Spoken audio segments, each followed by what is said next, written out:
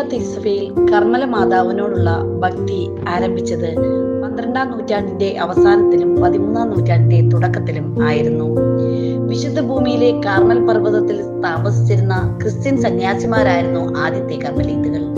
അവർ തങ്ങളുടെ ആശ്രമങ്ങൾക്കിടയിൽ ഒരു ചാപ്പൽ നിർമ്മിച്ചു. അതവർ പരിശുദ്ധ കന്യകയ്ക്ക് സമർപ്പിച്ചു.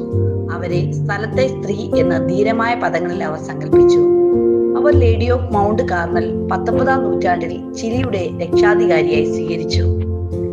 15-ാം നൂറ്റാണ്ട് മുതൽ അവർ ലേഡി ഓഫ് മൗണ്ട് കാർമലിനോടുള്ള ജനകീയ ഭക്തി ബ്രൗൺ സ്കാപ്പുലർ എന്നറിയപ്പെടുന്ന അവർ ലേഡി ഓഫ് മൗണ്ട് കാർമലിന്റെ സ്കാപ്പുലറിൽ കേന്ദ്രീകരിച്ചിരുന്നു. 1251 ജൂലൈ 16-ന് അന്നത്തെ സുപ്പീരിയർ ആയിരുന്ന വിശുദ്ധ സൈമൺ സ്റ്റോക്കിന് കർമ്മല മാതാവ് പ്രത്യക്ഷപ്പെട്ടു ഉത്തിരിയം നൽകിക്കൊണ്ട് ഇങ്ങനെ പറഞ്ഞു: എന്റെ സാഹോദര്യത്തിന്റെ അടയാളവും രക്ഷയുടെ അച്ചാരവുമായ ഉത്തിരിയം സ്വീകരിക്കുക. ഇത് ധരിച്ച് മരിക്കുന്നവർ നശിക്കുകയില്ല. ക്രമേണ ലോകമാസകലമുള്ള മാതൃഭക്തർ കർമ്മല മാതാവിന്റെ ഉത്തിരിയം ധരിക്കുവാൻ തുടങ്ങി. 1322 ജോൺ 22-ാമൻ മാർപ്പാപ്പയ്ക്ക് പ്രത്യക്ഷപ്പെട്ട് മറ്റൊരു വാഗ്ദാനം കൂടി നൽകുകയുണ്ടായി. കൃപാവരങ്ങളുടെ രാജ്ഞിയായ ഞാൻ ശനിയാഴ്ച തോറും ശുദ്ധീകരണ സ്ഥലത്ത് ഇറങ്ങിച്ചെന്ന് ഉത്തിരിയം ധരിച്ചു മരിച്ചവരിൽ ചില വ്യവസ്ഥകൾ പാലിച്ചിട്ടുള്ളവരെ മോചിപ്പിക്കും. USA, ചിലി, അട്ടാഡി സാന്റിയ, Peru, Spain, Medellin Colombia, Biscay Spain എന്നീ രാജ്യങ്ങളിൽ കർമ്മല മാതാവിന്റെ പ്രതിമ വിവിധ രൂപങ്ങളിൽ നമുക്ക് കാണാം. മാതാവിന്റെ പ്രതിമകളിലെല്ലാം ഉത്തിരിയത്തിന്റെ സാന്നിധ്യം കണ്ടുവരുന്നു. ശുദ്ധീകരണ സ്ഥലവുമായി മാതാവിനുള്ള ബന്ധം. മധ്യകാലഘട്ടം മുതൽ കർമ്മല മാതാവിന് മനുഷ്യരുടെ മരണാനന്തരം പാപങ്ങളിൽ നിന്ന് ശുദ്ധീകരണ സ്ഥലവുമായി ചില ബന്ധമുള്ളതായി വിശ്വസിക്കപ്പെടുന്നു.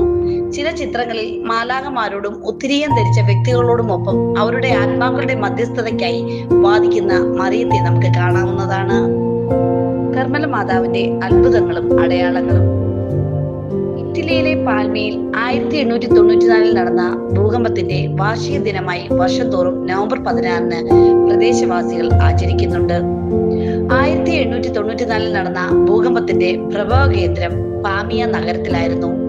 ഒരനുബന്ധ സംഭവം എന്നോണം ഈ ഭൂകമ്പത്തിന് 17 ദിവസം മുമ്പ് കർമ്മല മാതാവിന്റെ രൂപത്തിലുള്ള പ്രതിമയിൽ വിചിത്രമായ നേത്രചലനങ്ങളും മുഖത്തിന്റെ വർണ്ണത്തിലുള്ള മാറ്റങ്ങളും വിശ്വാസികളിൽ പലരും കാണുകയുണ്ടായി. പ്രാദേശിക മാധ്യമങ്ങൾ ഈ സംഭവം റിപ്പോർട്ട് ചെയ്തിരുന്നു. നവംബർ 16 വൈകുന്നേരമായപ്പോൾ വിശ്വാസികൾ തെരുവുകളിലൂടെ കാർമൽ മാതാവിന്റെ പ്രതിമ ചുമലിൽ ചുമന്ന് ഘോഷയാത്ര നടത്തുകയുണ്ടായി. ഘോഷയാത്ര നഗരത്തിന്റെ അവസാനം എത്തിയപ്പോൾ ഭയാനകമായ ഭൂകമ്പം പാൽമി ജില്ല മുഴുവൻ നടുക്കി. പഴയ വീടുകളിൽ ഭൂരിഭാഗവും തകർന്നു. 15,000-ഓളം വരുന്ന ജനസംഖ്യയിൽ 9 പേർ മാത്രമാണ് അന്ന് മരിച്ചത്. കാരണം മിക്കവാറും എല്ലാ ആളുകളും ഘോഷയാത്ര കാണുവാൻ തെരുവിലിറങ്ങുകയും നശിച്ച കെട്ടിടങ്ങൾക്കുള്ളിൽ കുടുങ്ങാതിരിക്കുകയും ചെയ്തു.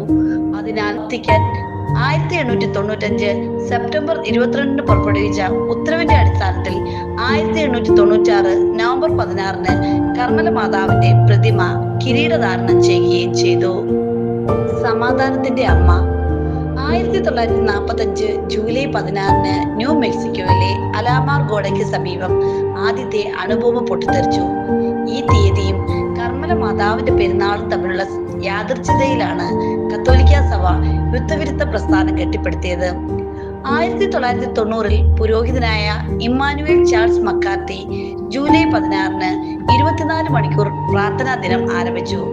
ന്യൂ മെക്സിക്കോയിൽ എല്ലാ വർഷവും ജൂലൈ 16-ന് ട്രിനിറ്റി സൈറ്റിൽ സമാധാനത്തിനും ആണവ ആയുധങ്ങൾ ഇല്ലാതാക്കുന്നതിനും പ്രാർത്ഥിക്കുന്നതിനായി ഒരു പ്രാർത്ഥനാ കൂട്ടായ്മ നടത്തുന്നുണ്ട്.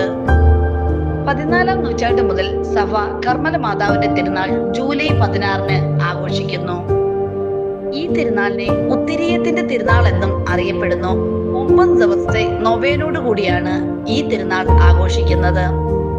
പ്രിയപ്പെട്ടവരെ, കർമ്മല മാതാവിന്റെ തിരുനാൾ ആഘോഷിക്കുന്ന ഈ അവസരത്തിൽ ലോക സമാധാനത്തിനും മതസൗഹാർദ്ദത്തിനും വേണ്ടി നമുക്ക് പ്രാർത്ഥിക്കാം. ശുദ്ധീകരണ സ്ഥലത്ത് വേദന അനുഭവിക്കുന്ന എല്ലാ ആത്മാക്കളെയും മോചിപ്പിക്കാൻ നമുക്ക് കർമ്മല മാതാവിനോട് പ്രാർത്ഥിക്കാം. നന്ദി.